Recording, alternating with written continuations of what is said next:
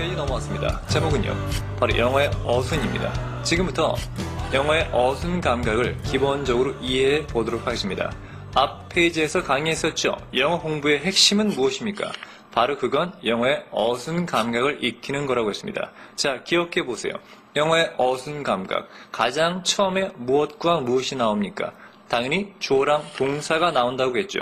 자, 여기서 문장이 끝날 수도 있습니다만 대부분의 경우에 동사에 따라서 뒤에 무엇과 무엇이 나오거나 안 나온다고 했죠. 바로 목적어나 보어입니다. 물론 중요한 건 항상 나오는 게 아니라 나올 때도 있고 나오지 않을 때도 있다는 겁니다. 그래서 쌤이 괄호 쳐놨죠. 자, 여기까지가 기본적 패턴이고요. 여기에 꾸미는 말, 즉 수식어가 붙기도 한다고 했습니다. 됐습니까? 이게 가장 기본적인 패턴이니까 꼭 이건 기억하셔야 됩니다. 자, 처음 강의하는 거기 때문에 여기에서 SVOCM 이라는 게 과연 무엇의 약자인가 간단하게 보고 넘어갑니다. 절대 외우시지 마십시오. S라고 하는 건요, subject라고 하는 주어란 뜻의 약자입니다. S를 딴 거죠. 동사는 verb, 즉 동사의 약자를 딴 겁니다. 뭐 당연하겠죠. O라고 하는 건 object인데요. 이게 원래는요, 목적어라는 뜻보단 대상이란 뜻이 더 중요합니다. 대상이란 말이 뭐냐면 이 동사가 어떤 동작을 할 때 그 동작의 영향을 받는 대상이란 뜻입니다. 이에 대한 자세한 건 바로 아래쪽에서 설명드리겠습니다. 자, C는요, complement. 자, compliment라고 하는 게 뭐냐면 보충하다라는 뜻입니다. 바로 보란 말의 보자가 보충한다는 말입니다. 자, 중요한 건 보충한다는 건 뭔가가 좀 부족하다는 얘기겠죠. 즉 부족한 게 있을 때 보충하는 말이 바로 보다 라는 것 정도만 먼저 이해하시면 되겠습니다. 자세한 건 다음 페이지에서 자세히 설명드리겠습니다. 자, M이라고 하는 건 바로 수식어인데요. modifier. 자, 영어에 modify라는 단어가 있습니다. 동사인데요. 수식, 완화, 변경하다 뭐 그런 뜻인데 거기에 이하에 붙여서 바로 수식하는 것, 즉 수식어가 되는 것입니다. 다시 한번 말씀드립니다만 이런 거 전혀 중요하지 않습니다. 왜냐면 첫 번째 강의이기 때문에 쌤이 그냥 알아두라고 말씀드린 거지 이걸 다 아시라는 건 전혀 아니고요. 다만 S가 주어다, V가 동사다라는 이런 약자는 꼭 알아두시란 말입니다. 아시겠습니까? 이건 중요하니까요. 자, 그러면 지금부터 본격적 강의 들어갑니다. 자, 지금 보시는 영어의 4대 구성 요소 중에 가장 중요한 거 한 가지를 꼽아라 하면 바로 동사입니다. 그 동사를 내려와서 한번 나눠보겠습니다. 나누는 기준에 따라서 여러 가지가 있겠습니다만 쌤은 바로 요 두 가지를 가장 중요하게 봅니다. 바로 자동사와 타동사죠. 왜냐하면 이것에 따라서 목적어의 개념도 설명이 가능하기 때문입니다. 먼저 자동사와 타동사를 이해하기 위해서 우리가 먼저 알아둬야 될 게 있는데 바로 그게 이것입니다. 모든 동사는 말입니다. 반드시 두 가지가 필요합니다.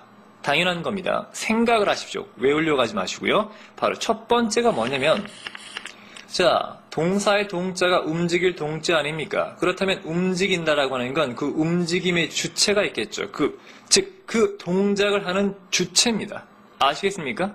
두 번째 뭐가 있는가 하면 바로 그 동사에 의해서 그 움직임에 의해서 뭔가가 영향을 받겠죠. 그 영향을 받는 걸 바로 객체라고 합니다.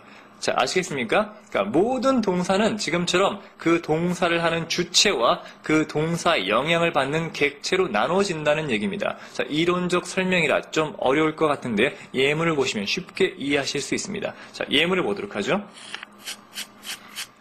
자, 이 표에다가 동사 하나를 심어보겠습니다. 이렇게 말이죠.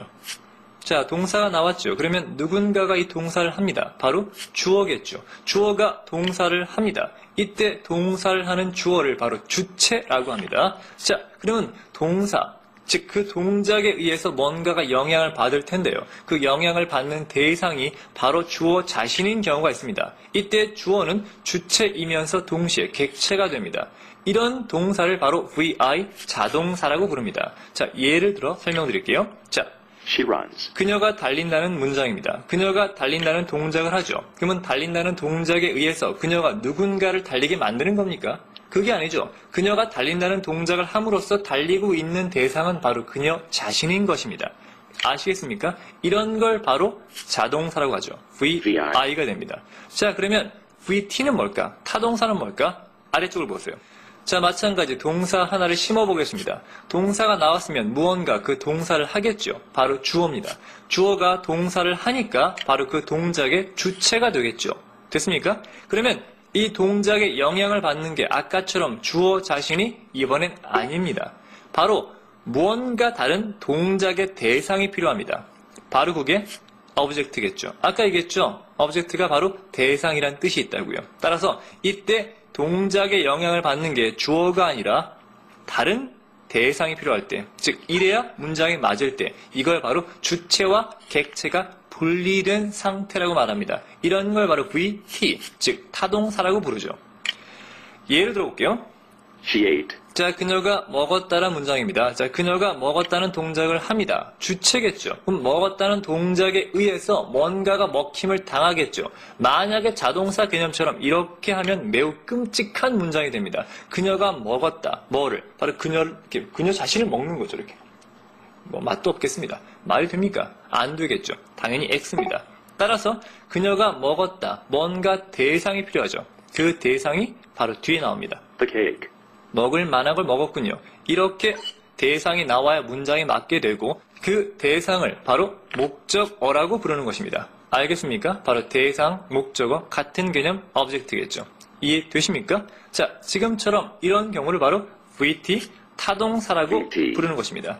자, 혹 학생이 질문했기 때문에 설명드리는 겁니다. 마찬가지 외우지 마십시오. 자, VT라고 하는 게 뭐의 약자인가 하면 Transitive verb. 자, 트랜스티브라고 하는 게 타동사의란 영어 단어입니다. 그러니까 verb란 말은 바로 동사겠죠. 그러니까 VT는 요걸 딴 거고요. VI라고 하는 건요. 영어에서 IN을 문두에 붙여서 부정어를 만드는 경우가 있습니다. 따라서 Intransitive verb. 자, 트랜스티브 앞에 IN 붙이니까 부정어 되죠. 그러니까 타동사가 아닌이란 뜻이 되니까 자동사가 되는 겁니다. 이런 거 전혀 중요하지 않습니다. 질문 나온 적 있기 때문에 설명드렸고요. 중요한 건 VI는 자동사다.